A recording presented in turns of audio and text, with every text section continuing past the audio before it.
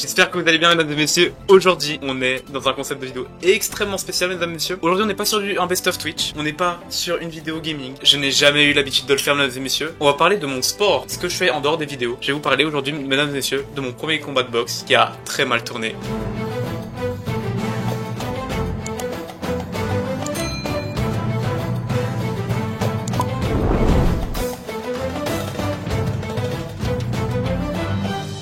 Donc mesdames et messieurs, pour commencer, d'abord, je vais vous expliquer ce que je fais comme sport. Donc je fais de la boxe thaï, donc du muay thai. Donc qu'est-ce que c'est que le muay thai? Les règles sont très simples. En fait, vous avez le droit à tout. Presque tous les coups sont autorisés, mesdames et messieurs. Coup de coude, coup de genou, coup de pied, et bien évidemment, mesdames et messieurs, coup de poing. Sinon, ce ne serait pas de la boxe. Ce qui est aussi bon à savoir, c'est que en amateur, donc ce que je fais, c'est 3 rounds de 2 minutes. Qu'est-ce qu'on peut retenir des différences entre la boxe anglaise et le muay thai? Le muay thai, on a le droit à tout, comparé à la boxe anglaise, on a juste droit au coup de poing.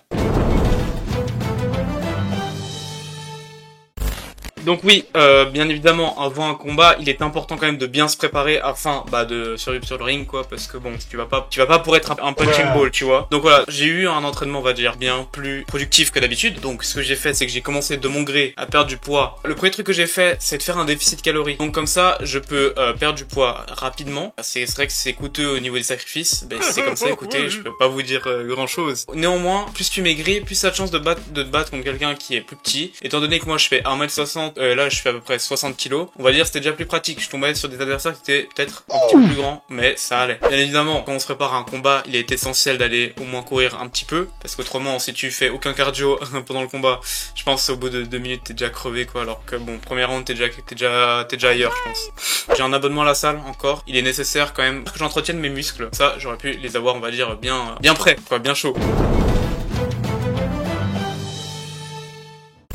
Donc maintenant, je vais vous retracer ma semaine avant mon combat.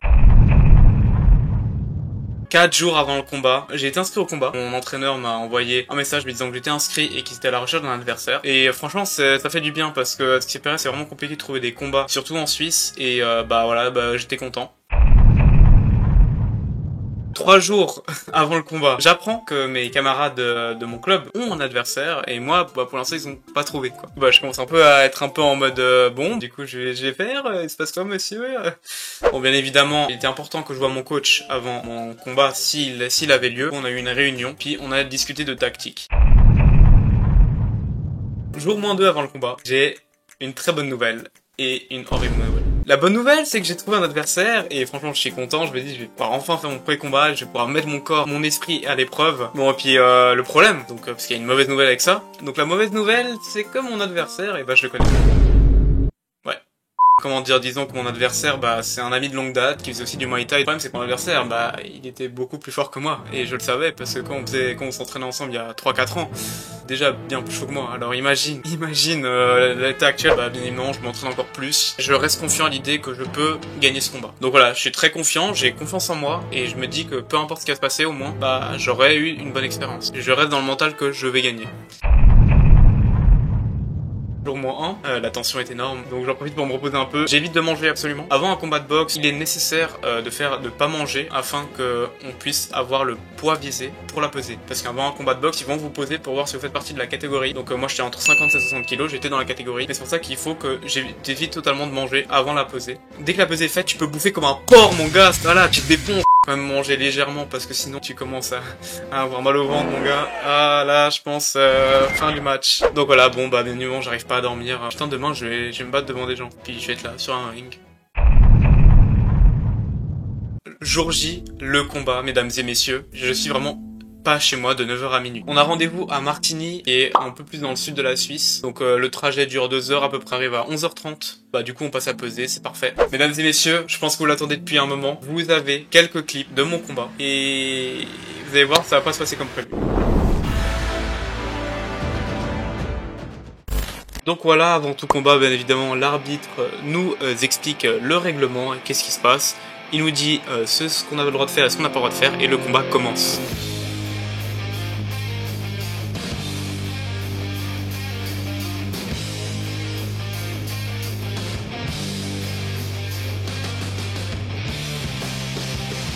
It was at this moment that he knew. He fucked up.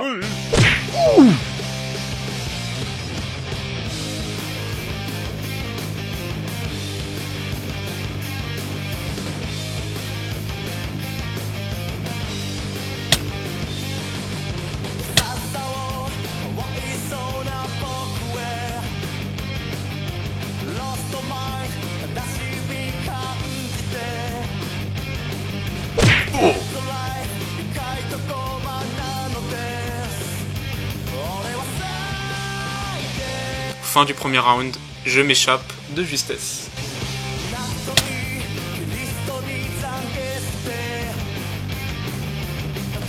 Oh. Oh.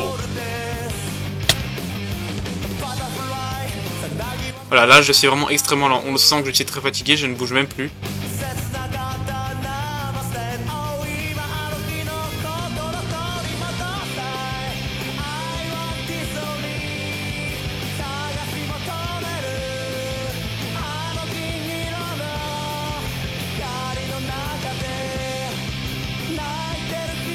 Oui, là voilà, boum, je tombe, je me prends un kick, KO. Il le compte, même si le round est fini, il le compte. Moi je dis que je vais bien. Et puis l'arbitre l'a quand même fait compter parce que je tombais au moment où la cloche a sonné. Troisième round, mesdames et messieurs, est le round qui m'amènera devant la porte des enfers, hein, si je puis dire.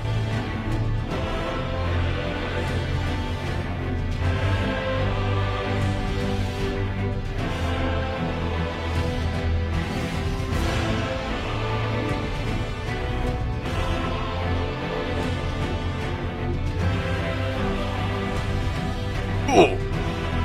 Oh.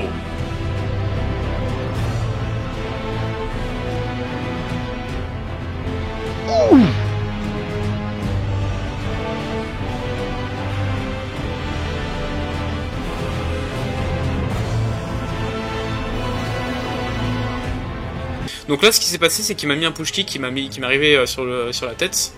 Et j'ai perdu mon protège-dents, du coup l'arbitre il a dit bon bah je te compte quand même, donc il m'a compté le KO.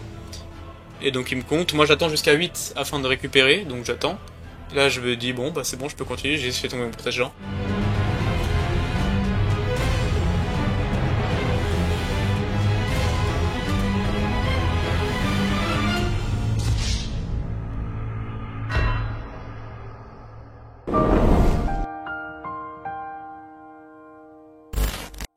Donc voilà, mesdames et messieurs, je finis le combat défaitiste et en plus battu par KO technique. Bon bah qu'est-ce qu'on peut retenir, mesdames et messieurs? Je dois vous avouer que mentalement après le combat c'était très dur, vraiment genre de se dire bon bah j'ai perdu, je me suis fait battre à plat de couture. Donc franchement j'étais vraiment en bad mood pendant les heures qui ont suivi. Je me suis senti vraiment nul, vraiment, honnêtement. Mais bon, vous savez, avec du recul, parce que c'est important d'avoir du recul, mesdames et messieurs, l'élément de votre vie. Faut apprendre à avoir du recul et de vivre avec les défaites, parce que c'est avec les défaites, mesdames et messieurs, qu'on arrive à toucher la réussite et la victoire. Toutes les personnes que vous connaissez qui ont vécu du succès, elles ont d'abord commencé par des échecs, et le vrai échec, quand on fait du sport, dans les études ou dans n'importe quoi, il faut pas abandonner, il faut jamais baisser les bras, et il faut toujours continuer à aller de l'avant, il faut toujours continuer à progresser, encore s'entraîner davantage, à étudier davantage. Dans n'importe quel domaine de la vie, le vrai échec, c'est d'abandonner et de pas continuer à se battre pour atteindre un jour le top. Aujourd'hui, qu'est-ce que je fais? C'est que je m'entraîne 2 fois plus qu'avant, je cours plus, et ce qui était bien avec cette vidéo, c'est que j'ai pu voir les difficultés que j'avais pendant ce combat, et là, comme on peut le voir, c'est la stamina, donc l'endurance, l'agilité, donc ça veut dire que j'ai besoin de bouger plus, et ça se travaille